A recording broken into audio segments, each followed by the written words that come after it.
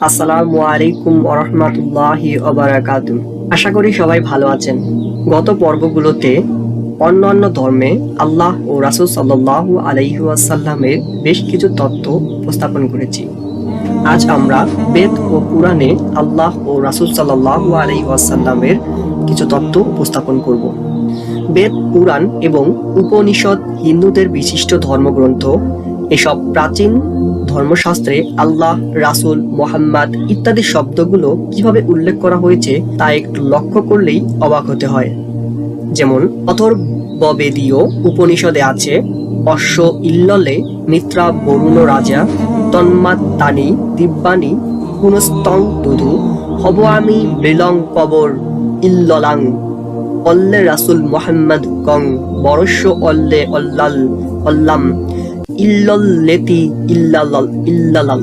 ভবিষ্যৎ পুরাণের আছে এত লিনি ননন্তরে ম্লেশ্য আচার্যেন সমন্বিত মোহাম্মদ ইতিখ্যাত মিশ্র শাখা সমন্বিত ঋপশ্চেব মহাদেবং মরুস্থল নিবাসিনম গঙ্গাজ লৈশ্চ সংশ্লাপ্য পঞ্চগব্য সমন্বিতই চন্দানা দিভির ভর্জ তুষ্টাব মনসাহরম নমস্তে গিরিজানাথ মরুস্থল নিবাসিনে ত্রিপুরা সুরনাশায় বহুমায়া প্রবর্তিনে ভোজরাজ উবাচ ম্লেশ্চৈর্গুপ্তায় শুদ্ধায় সচ্চি দাণ্ডরূপিণে তংমাং হি কিঙ্করং বিদ্ধি শরণার্থ মুপাগতম।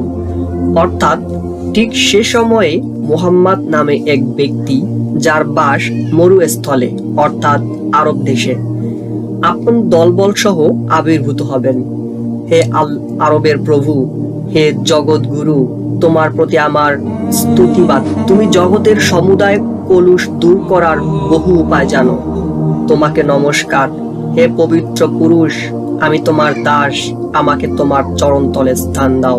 অল্প উপনিষদের এক জায়গায় দেখতে পাওয়া যায় হোতা রবীন্দ্র মহাসুরিন্দ্রা অল্ল রাসূল মুহাম্মদ কং বরস্য অল্লে অল্লাম আদল্লাহ বুকমে ককম অল্লাবুক নিখাতকম।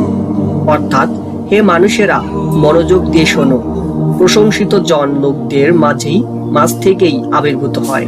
আমরা পলাতককে 60,000 জন শত্রুর মধ্যে পেলাম। বলা বাহুল্য, এখানে যে মুহাম্মদ সাল্লাল্লাহু আলাইহি ওয়াসাল্লামের কথাই বলা হয়েছে তাতে কোনোই সন্দেহ নেই, কারণ মুহাম্মদ অর্থই প্রশংসিত জন, আর মক্কার অধিবাসীদের তৎকালীন সংখ্যাও ছিল প্রায় 60,000।